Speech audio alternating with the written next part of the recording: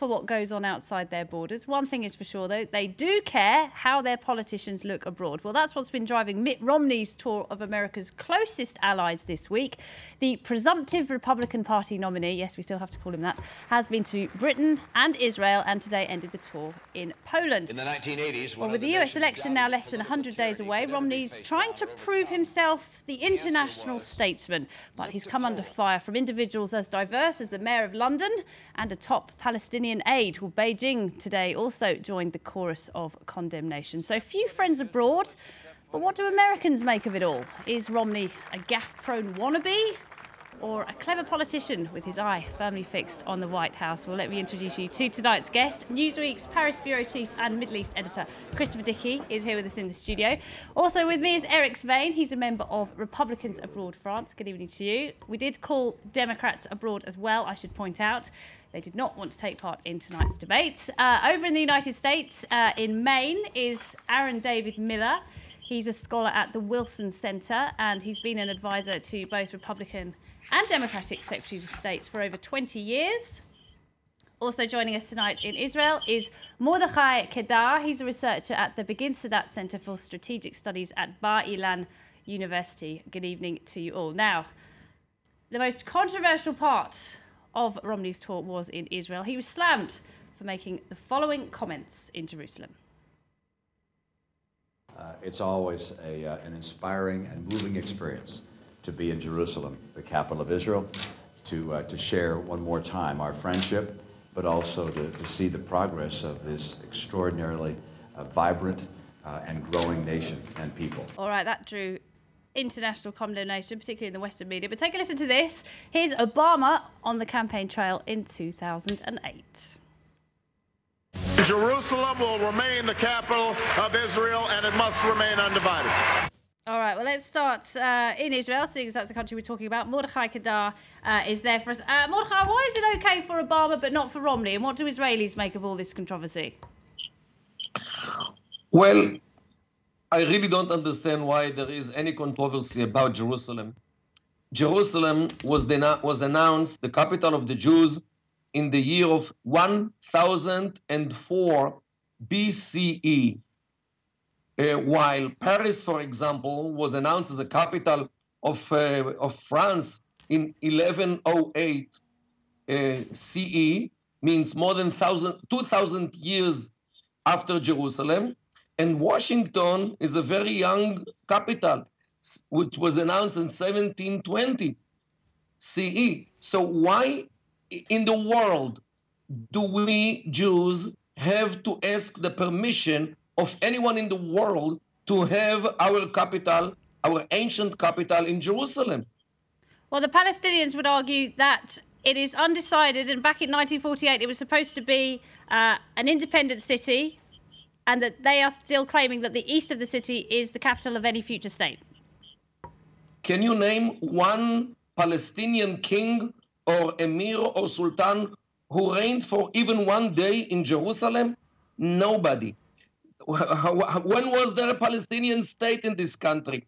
Where was the currency of this Palestinian alleged state? This is an invented term, the Palestinian nation, and let them have a capital wherever they like. Why sticking to the Jewish capital, which is the capital for more than 3,000 years of the Jews only? All right, Christopher Dickey, leaving the history aside for the moment, is it appropriate for an American leader? Don't we want to go back and talk about what happened 2,000 to 3,000 years ago? No, I don't think we do. In fact, the issue with Romney was not that he said that Jerusalem would remain the capital of Israel. The issue was whether the United States would move its embassy from Tel Aviv to Jerusalem. In another interview, not the clip you showed, he said that it would, although he said in a typical Romney sort of thing, he waffled a bit and said he would do it in consultation with the Israeli government. Well, of course, but that's the real issue. What's going to be the diplomatic stand of the United States vis-a-vis the placement of the embassy, which is real inside baseball diplomatically, but almost all these debates in and around Israel usually are. Eric Svein, clearly those comments about Jerusalem are very controversial, but what does seem bizarre is talking about the hand of God. He was saying that providence had something to do with the Israelis being more affluent than the Palestinians. He said it was that their culture, he suggested their culture was superior. I mean, comments like that are quite offensive.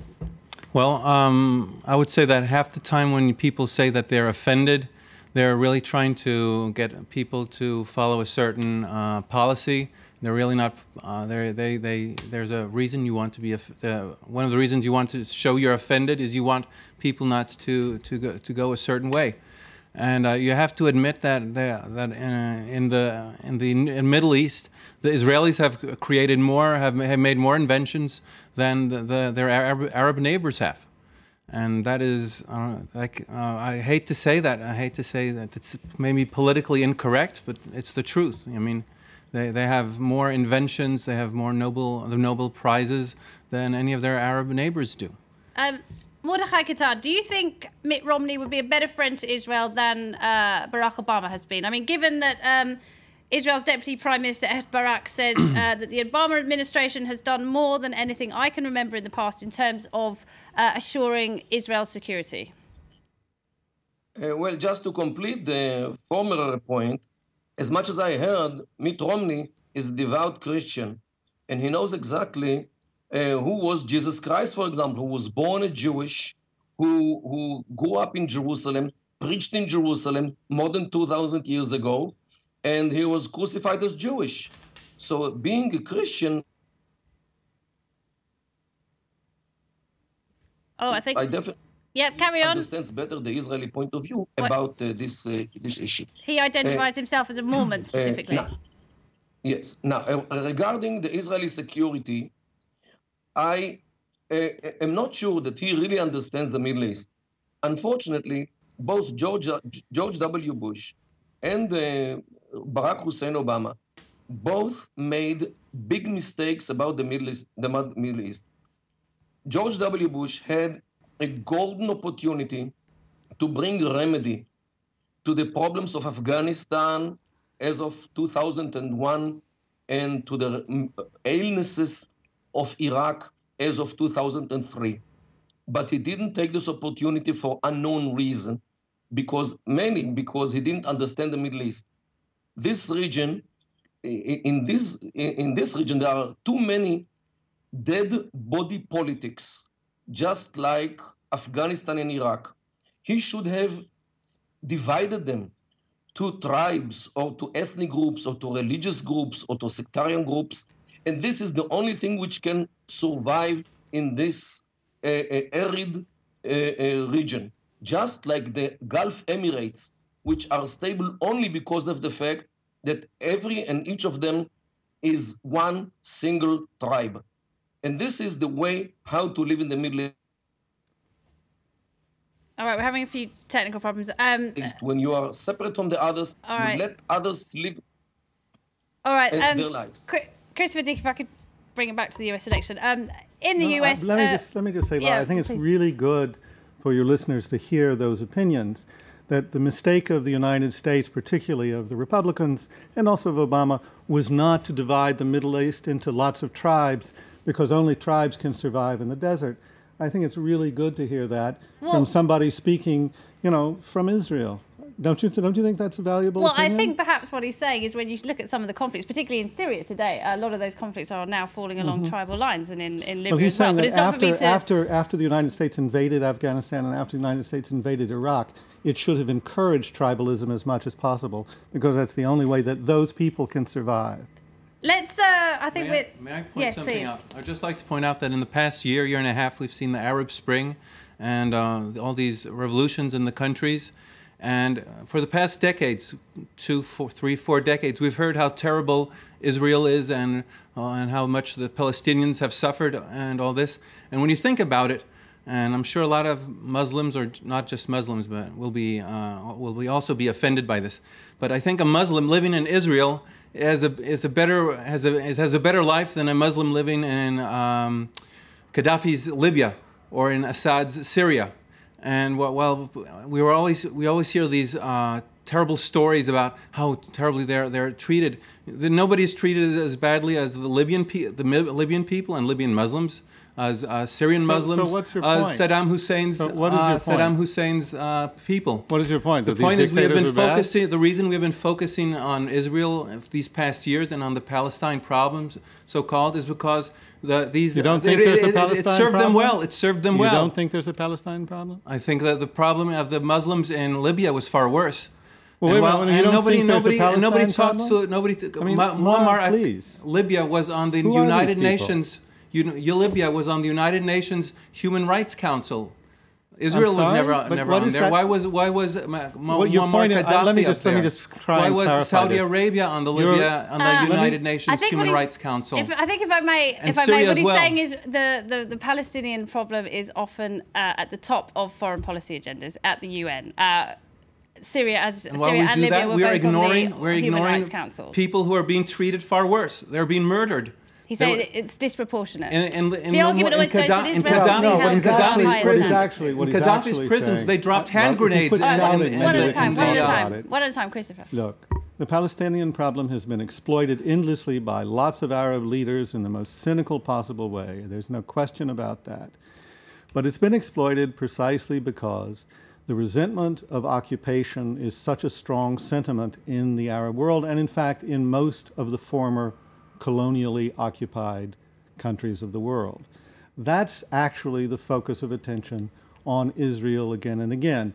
Israel, in the minds of lots of people in developing countries around the world, was a colonial outpost imposed on the Arab world. Now, that can be argued endlessly. For God's sake, let's not argue that endlessly today. But that was the perception, and that's why it has been a symbolic issue again and again. But they've nourished it. The Arab leaders have nourished it. They've nourished it. Yes, and that absolutely. They did. They did to cover. They did absolutely. I don't disagree with you. We say we're always speaking about human rights. Well, who talked about the human rights of the Libyans killed by the State Muammar Department Gaddafi? Talked about the Syrians by Assad's father. I don't want to throw fuel on the fire, but we could talk about the fate of the Jews in the Arab countries, of what there are not many left absolutely, at all. We can and we should. But I don't think that's going to take us much closer to Romney's situation, which was really about raising money for his campaign in the United States. Let's bring in Aaron David Miller, because he's just joined us. He's from the Wilson Center. He's at the United States. What did you make of Romney's comments? I mean, they've been widely condemned as a gaffe, but if the man is saying what he truly believes, is that not what he should be saying? Well, which comments are we talking about? The comments with respect to Jerusalem, Iran? Specifically Jerusalem, yeah. Yeah, which one?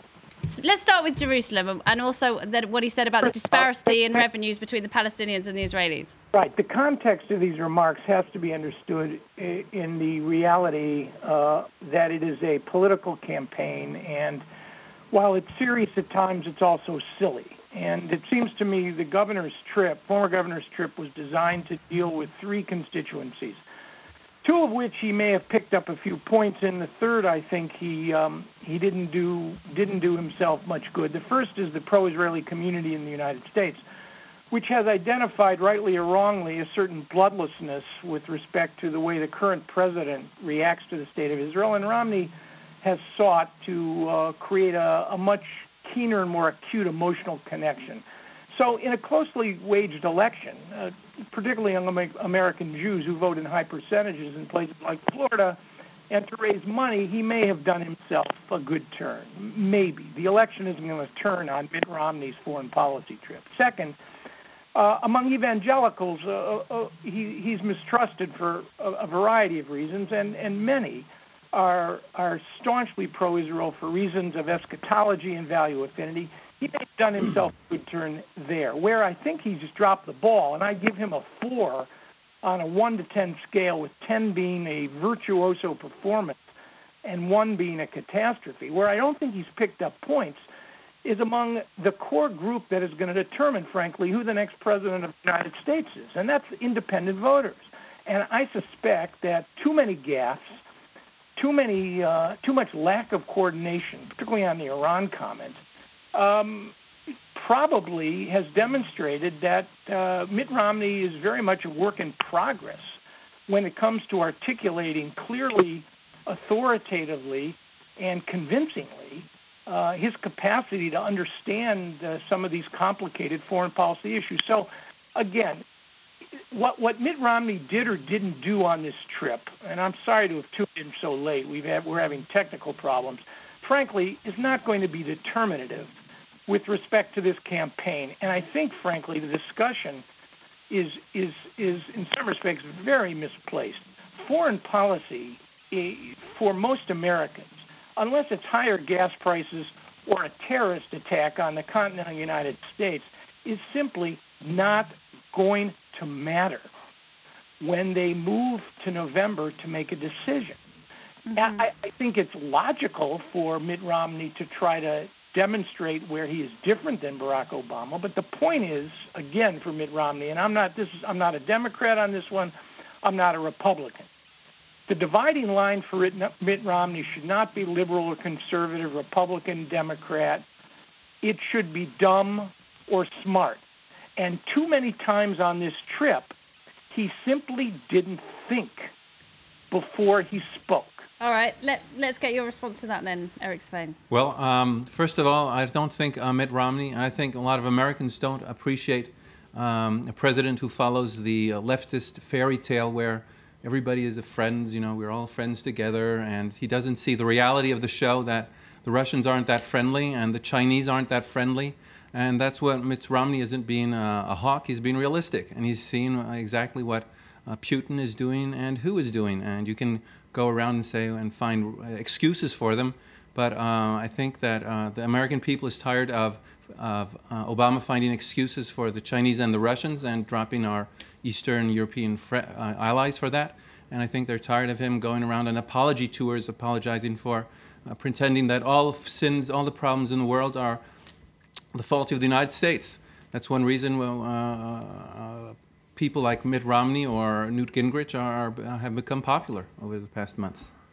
Is it simplistic to divide the world into friends and foes? Are things more complicated George W. than that? Bush did a great job of it. He did that. He got us involved in 2 wars he couldn't finish, that we're still suffering from. He destroyed the American economy.